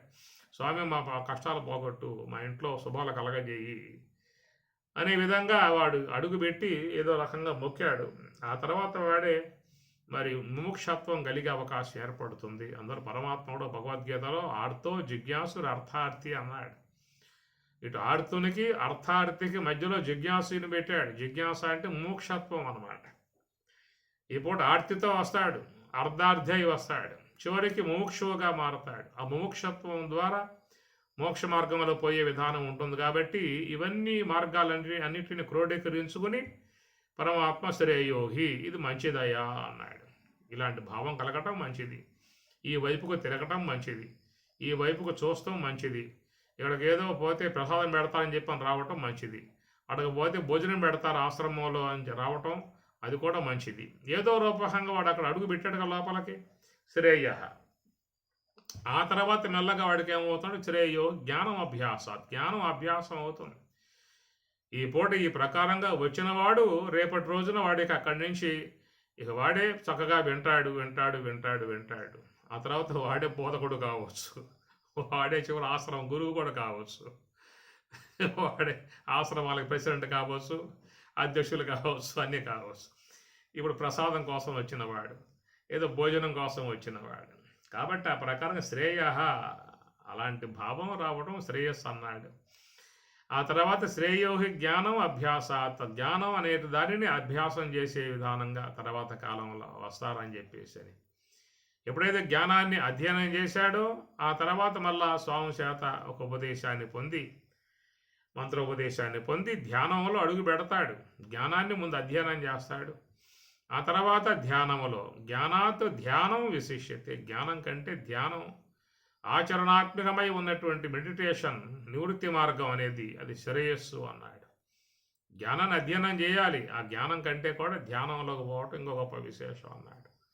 జ్ఞానాత్ కర్మఫలత్యాగ, ఇంకా విశేషం అన్నారు. కాబట్టి ధ్యానం అనేటువంటి దాని ద్వారా లోన ఉన్నటువంటి ఏ యొక్క సంస్కారములై ఉన్నటువంటి సంకల్పాలుగా వస్తూ ఉన్నాయో అటు కర్మఫల త్యాగాన్ని చేసినట్లయితే త్యాగాత్ శాంతి అనంతరం. ఎప్పుడు మనస్సు సంకల్పాల నుంచి ఎడబడి పూర్తిగా మనసు అనేది కూడా లయమైపోతుందో ఇక ఉన్నటువంటి దానిని అది పూర్ణస్థితి అని చెప్పని అన్నారు. కర్మఫల త్యాగ అనంతరం కలిగేటువంటి శాంతి, ఇది బ్రహ్మానందము, మోక్షము, కైవల్య స్థితి, యోగ సమాధి అంటారు. అలాంటి ఆ స్థాయికి రావాలని చెప్పనంటే దానికి ముందుగా స్వామివారు వేసినటువంటి మొదటి మెట్టు శ్రేయ అన్న పదం అక్కడ వాడాడు. శ్రేయోగి జ్ఞానం అభ్యాసాత్ అంట. కాబట్టి ఆ ప్రకారముగా వాడు శ్రేయో మార్గముగా వచ్చేటువంటి దానం. కాబట్టి మరి భగవద్గీతను చదవటం చాలా గొప్ప విశేషమే. అయితే ఆ చదివిన విధానం నుంచి ఒక్క శ్లోకమైనా కొంచెం ఆ తాత్పర్యాన్ని అధ్యయనం చేసేటువంటి మార్గంగా రావాలి. ఆ శ్లోకం అర్థం చేసుకునే తర్వాత దాని నుంచి ఒక దాంట్లో చెప్పేటువంటి యొక్క అంశాన్ని ఆచరించే విధానంగా రావాలని చెప్పేసి అని. ఇది క్రమంగా మానవుడు ఆ మంత్ర భాగాలని అధ్యయనం చేసి దాంట్లో అర్థాన్ని గ్రహించుకొని జీవితాన్ని ధన్యత చేసుకోవటానికి, తరింపజేసుకోవటానికి ఉండే విధానముగా మనకి ఇవన్నీ కూడా ఇచ్చినటువంటివి. అట్లాగా మరి వీళ్ళు చూసినట్లయితే ఆ వేదాలన్నింటినీ కూడా ప్రపాఠకాలుగా ఉన్నటువంటి మంత్రభాగాలుగా ఉన్నటువంటి సూక్తములుగా ఉన్నటువంటి వాటిలను కూర్చొని వాళ్ళు వేస్తారు. ఎప్పుడు నిజంగా అది చాలా గొప్ప విషయమే. ఎందుకని చెప్పానంటే వాళ్ళు ఆ విధంగా కూర్చుని దాన్ని బాగా పట్టుగా ఆ ఉదాత్త అనుదాత్త స్వర స్వరిత భేదాలుగా ఆ స్వర విధాయకాలుగా ప్రాక్టీస్ చేయటం సామాన్య విషయం కాదు. అది అందరికీ రాదు కూడా ఏమి. కాబట్టి ఆ ప్రకారంగా వాటను కంఠస్థం చేసి చేయటం వల్ల ఎంతో పుణ్య విధానం. ఎట్లా భగవద్గీత చదివితే పుణ్యం అని చెప్పి అన్నామో, పరమాత్మ యొక్క వాక్యాలు, దివ్య వాక్యాలు, ఉపనిషద్ వాక్యాలు అవి మనస్సు లోపల ప్రింట్ అయినాయి కదా. ఒక శ్లోకం మనసులో ప్రింట్ అయ్యింది. ఆ భగవద్గీత ఒక అధ్యాయం మనసులో ప్రింట్ అయిపోయింది. భగవద్గీత మొత్తం మనసులో ప్రింట్ అయిపోయింది. గీత అంతా కూడా మనసు అంతా కూడా గీతా స్వరూపం అవ్వటం కూడా అది చాలా గొప్ప విశేషం. ఆ సంస్కారం ఆ జీవిని కాపాడుతుంది. ఎందుకంటే సూక్ష్మ దేహంలో పడ్డటువంటివి పోవు కదా, స్థూల దేహంలో పడేటువంటివి పోతాయి. స్థూల దేహమే పోతుంది ఒకప్పటికి. కనుక సూక్ష్మ దేహం మనస్సు లోపల పడ్డటువంటి శ్లోకములు కానీ మంత్రములు కానీ ఇవన్నీ ఏవేవైతే లోన పడతా ఉంటాయో అవన్నీ లోన ముద్ర అయిపోతాయి. అట్లా ప్రింట్ అయి ఉండిపోతాయి. మనసు లోపల మొత్తం లోపల ఉండిపోతాయి. ఎన్నో విన్నామండి, మాకేం జ్ఞాపకం లేదే అంటూ ఉంటారు. మళ్ళా మేము ఉపన్యాసం చెప్పినప్పుడు మీకు జ్ఞాపకం అవునవును పలానా సందర్భంలో శోధన సప్తాహంలో మా కూడా అక్కడ అహోబిలంలో చెప్పారండి ఈ విషయాలు మేము విన్నాం. అక్కడ లేదు మన కాశీలో పెట్టారు అప్పుడు మీరు సాధన సప్తాహం అక్కడ చెప్పారండి, ఆ విషయాలు మేము విన్నాము, ఇప్పుడు జ్ఞాపకం వస్తున్నాయి అంటారు. కనుక లోపల ఉంటాయి. లోన పడ్డ ముద్రలు చెరిగిపోయేటువంటివి కావు కదా. మనసులో పడ్డ ముద్రలు చెరిగిపోవు. చూడండి మీరు కొబ్బరి చెట్లు ఉంటాయి కదా, ఆ మట్ట ఊడిపోతుంది. అయితే ఆ మట్ట సంబంధ ముద్ర అట్లాగే ఆ చెట్టు మీద ఉంటుంది. అది 25 ఏళ్ళు బతికినా 100 ఏళ్ళు పెరిగినా ఆ చెట్టు ఆ మట్ట ద్వారా వచ్చినటువంటి యొక్క ఆ ముద్ర అట్లాగే ఉంటుంది. తాటి చెట్టు కానీ కొబ్బరి చెట్టు కానీ ఏ చెట్టు అయినా కానీ మట్టలు ఊడిపడ్డా కానీ లోపల దాని మీద అట్లాగే ఉంటాయి ముద్రలు, అవి చెరిగిపోవు. ఆ ప్రకారంగా మనస్సు లోపల కూడా లోన సంస్కార రూపకంగా ఉంటాయి. ఎందుకంటే మనస్సు అన్నిటినీ కూడా జ్ఞాపకం చేసుకోదు. ఎప్పుడు ఏ సందర్భానికి ఏ విషయం కావాలో అదే అందిస్తుంది తప్ప మనస్సు అదే అందిస్తుంది మనస్సు అంటాం కూడా ఓ రకంగా కాదు. మత్త స్మృతి అని పరమాత్మ అన్నాడు కాబట్టి పరమాత్మ ఎప్పుడు ఏది వాళ్ళకి అవసరమై ఉంటుందో అది ఆయన అందిస్తూ ఉంటాడు. ఇప్పుడు ఉపన్యాసకులు కూడా మరి సందర్భోచితంగా ఉపనిషత్తుల నుంచి మంత్రాలు కానీ, భాగవతం నుంచి పద్యాలు కానీ, బ్రహ్మేంద్ర స్వాముల వారి తత్వాలు కానీ, వేమన పద్యాలు కానీ, శంకరాచార్యుల వారి గ్రంథాల నుంచి కానీ, ఇట్లా సందర్భోచితంగా అవి ఎమ్మటే అక్కడికి వచ్చి కూర్చుంటాయి దేవతల్లాగా. మరి ఇవన్నీ ఎత్తుక్కుని తేవాలంటే ఏడ సాధ్యం అవుతుంది చెప్పండి? ఉపన్యాసకుడు ఉపన్యాసం చేస్తూ ఉన్నప్పుడు ఆ సందర్భానికి అనుగుణ్యముగా అది వివేక చూడమని గ్రంథంలో ఉండవచ్చు, మహావాక్య దర్పణంలో ఉండవచ్చు, యోగ వాసిష్టంలో ఉండవచ్చు, విచార సాగరంలో ఉండవచ్చు, భగవద్గీతలో, ఉపనిషత్తులలో ఎక్కడెక్కడో ఉంటాయి. అవన్నీ లోపల మొత్తం కూడా ఒక సమూహముగా చేరి ఉన్నాయి. మరి ఆ సమూహము నుంచి ఆ మంత్రము, ఆ శ్లోకము, ఆ పద్యము అది వస్తుంది అని చెప్పానంటే ఇప్పుడు ఈ చెప్పే వ్యక్తి ఈ చెప్పేటువంటి సందర్భానికి ఈ మాటకి ఏమిటా శ్లోకం, దేంట్లో ఉందబ్బా, అది ఏ గ్రంథంలో ఉన్నది, భాగవతంలో ఉందా, వివేక చూడమనిలో ఉందా, మహావాక్య దర్పణంలో ఉన్నదా, యోగ భాష ఎత్తుక్కుని కనుక చెప్పాల్సి వస్తే ఉపన్యాసం ఏమవుతుంది చెప్పండి? అక్కడ ఒక్కడో మిగలదు, మొత్తం అప్పటికి వెళ్ళిపోయి ఉంటారు ఆ పని. కనుక మనం చూస్తూ ఉంటాం ఎంతమంది మహాత్ములు మీకు టీవీలో కూడా చెబుతూ ఉంటారు. ఆ చెప్పేటప్పుడు ఒక ఆసుగా వచ్చేస్తానే ఏం చెప్పానంటే అది పరమాత్మ చెప్పినట్లుగా మత్తః స్మృతి జ్ఞానం మత్తః నా నుండి ఏర్పడుతుంది అనేటువంటి మాట. దానికే పోతన కూడా పలికెడిది భాగవతము పలికింసు విభుండు రామభద్రుండు అని ఆయన గారు కొనియాడుకున్నాడు. నాది కాదయ్యా ఇది జ్ఞాపకం, అది పరమాత్మ ఇచ్చిన జ్ఞాపకాన్ని నేను ఇక్కడ ఉంచాను అని చెప్పని అంటాడు. ఎందుకంటే అక్కడ ఆ పద్యానికి ఏ పదాలు పడాలో, ఏ యొక్క ప్రాసలు పడాలో, ఏ ఉత్పలమాల పడాలా, చంపకమాల పడాలా, మత్తేబం పడాలా, తేటగీతి పడాలా, శీర్షపద్యం పడాలా, ఇవన్నీ కూడా ఆయన ముందే ఆలోచించుకుని రాస్తారు. వాళ్ళు ఏమన్నా ఆ సందర్భంగా అట్లా వచ్చేస్తే పడిపోతామంటే మత్తేబం పడిపోతుంది, ఉత్పలమాల పడిపోతుంది, ఏ శీర్షపద్యం పడుతుంది, తేటగీతి పడుతుంది, ఇట్లాగా తరల అనేక రకాలైనటువంటివన్నీ కూడా అక్కడ పడుతున్నాయని చెప్పానంటే అప్పటికప్పుడు పరమాత్మ లోపలుండి ఇచ్చే విధానాన్ని బట్టి చూస్తే అద్భుతముగా ఇచ్చి పడతా ఉంటాయి. ఆ భగవంతుడు సంకల్పరూపకముగా ఆయన గారు ఇచ్చిన స్మృతి కాబట్టి వాటికి ఆ అందం ఉన్నది, ఆ సరస్వతం ఉన్నది, ఆ సొగసు ఉన్నది, వాటిల్లో ఆ మాధుర్యం ఉన్నది. చదువుతూ ఉంటేనే మనస్సు పరవశించే విధానం ఉంటుంది. అవన్నీ చూస్తే మీకు వెనకాల కనబడడు, ఆయన కనబడేవాడు కాదు కదా. కనబడేటువంటి రచనలు చేసినట్లుగా పోతం కనబడతాడు, వ్యాసులు కనబడతారు, కానీ వెనకాల ఉన్న సర్వేశ్వరుడు అందించే విధానం అందించేటువంటి ఆయన కనపడడు. కాబట్టి ఆయన అవ్యక్తముగా ఉండి అందిస్తున్నటువంటి విధానం కాబట్టి ఆయన మరి ఆ భగవంతుని యొక్క అనుగ్రహం అనేటువంటిది మరి ఆ మహాత్ముల యందు ఉంటుంది కాబట్టి మత్తః స్మృతి అన్నటువంటి మాట మనం చూడండి మీరు టీవీలో కొంతమంది చెప్పుకుంటూ పోతూ ఉంటారు. ఎట్లా ధారాపాతంగా శ్లోకాలు వస్తూ ఉంటాయో, పద్యాలు వస్తూ ఉంటాయో, ఎట్లా వస్తున్నాయి, ఏమైనా జ్ఞాపకం చేసుకుంటే వస్తున్నాయా, లేకపోతే తోస్తే వచ్చి పడతా ఉన్నాయి అనేది మనకు కూడా అంత తేరిపార చూసే అంత అవకాశం మనకు కూడా ఉండదు. మనం ఆలోచించే లోపల అప్పటికి 10 శ్లోకాలు వెళ్ళిపోయి ఉంటాయి ఆ పని. అట్లాగా ఒక ధారాపాతంగా గంగా ప్రవాహం లాగా రావటం అని చెప్పనంటే అది ఎక్కడో లోన ఉన్నటువంటి యొక్క పరమాత్మ యొక్క సన్నిధిలో ఉన్నటువంటి ఆ స్మృతి పదము నుంచి అవన్నీ జాలువారుతుండే గంగా ప్రవాహం అట్లాగా ప్రవహిస్తూ ఉంటుంది.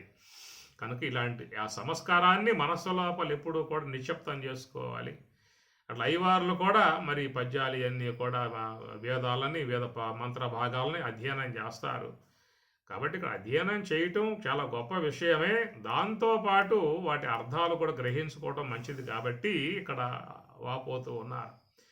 కటకట మోసపోయితిమి కాంతలపాటియు బుద్ధి లేదు, నేడిట హరిగానబో నిరుగమేము దురాత్ములము, కల్మషోద్భటులము విష్ణు దూరుగుల ప్రాజ్ఞతలేల తపంబులేల, పర్యటనములేల శీలములు యాగములు మరి ఏల కాల్పనే. ఎందుకు ఎందుకు పెట్టుకున్నాం అసలు?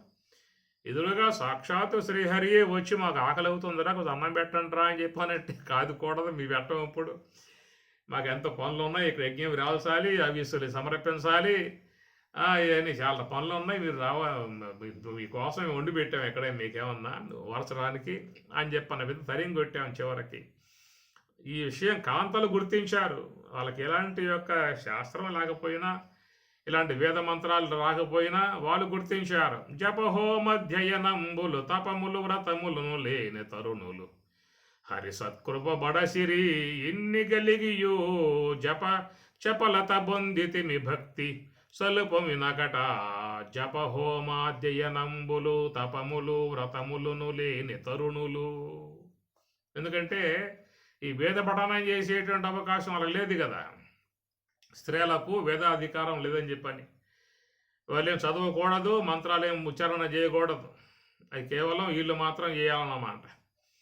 కాబట్టి ఈ ప్రకారంగా వాళ్ళకి ఎలాంటి విధానంగా వచ్చినాయి లేకపోయినా కానీ తపహోమాధ్యయనంబులు తపములు వ్రతములు లేని తరుణులు ఆ స్త్రీలు హరి సత్కృప బడసిరి ఇన్ని గలిగియు చపలత బొందితిమి భక్తి సలుపమి నకట అని వాళ్ళు చాలా పశ్చాత్తాపడ్డారు. నమస్కారం చేశారు, సాష్టాంగ నమస్కారం చేశారు, దండం పెట్టారు. అయ్యా స్వామి క్షమించండి, మన్నించండి, తప్పైపోయింది, పొరపాటైపోయింది. ఇది తర్వాత ఉండేటువంటి విధానము.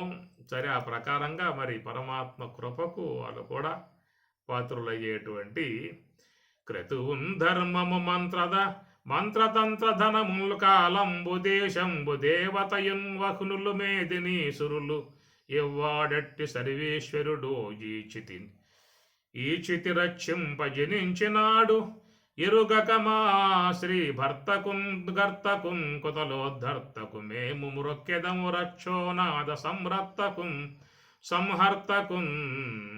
అని బ్రాహ్మణయ్యవార్లు స్వామివారి గురించి క్రతువుల్ ధర్మము మంత్రతంత్ర ధనముల్ కాలంబు దేశంబు దేవతయున్ బహునులు మేదినీసురులు నెవ్వాడట్టి సర్వేశ్వరుడు చితి రక్షింపజనించినాడు. అంటే సర్వేశ్వరుడు సమస్త క్రతువులకు సమస్త ఫలములు ప్రసాదించేటువంటి సర్వేశ్వరుడు కర్మఫల ప్రదాత అని చెప్పని అంటారు. ఎవరెవరు ఏమి చేసినా కానీ అన్నింటినీ కూడా సమర్పించేటువంటి వాడు ఆయనే. యో యాం యాం తనుం భక్తః శ్రద్ధయార్చితం ఇచ్చతి తస్య అచలాం శ్రద్ధాం తామేవ విదదామ్యహం యో యాం యాం తనుం భక్తః. లోకములో ఎవరెవరు ఏ దేవతలను ఆరాధిస్తూ ఉన్నారో ఆ దేవతల ద్వారా, నా ద్వారానే ఆ దేవతల ద్వారా వాళ్ళకు ఇవ్వబడుతున్నవి అని పరమేశ్వరుడు అంటాడు భగవద్గీతలో. కాబట్టి ఈ ప్రకారంగా సకల దేవతలకు మూల రూపమై ఉన్నటువంటి సర్వేశ్వరుడు ఆయన ఈ చితి రక్షించడానికి అవతరించినటువంటి యొక్క స్వామి అనేటువంటి విషయముగా వాళ్ళు గ్రహించగలిగి వాళ్ళు పశ్చాత్తప్తులై పరమాత్మను పరిపరి విధాయకాలుగా ప్రార్థించిన విధానము. ఓం సహనా భవతు సహనౌ భునక్తు సహ వీర్యం కరవావహై తేజస్వినావధీతమస్తు మా విద్విషావహై. ఓం శాంతి శాంతి శాంతి. హరి ఓం తత్సతు. శ్రీ గురుభ్యో నమః. హరి ఓం.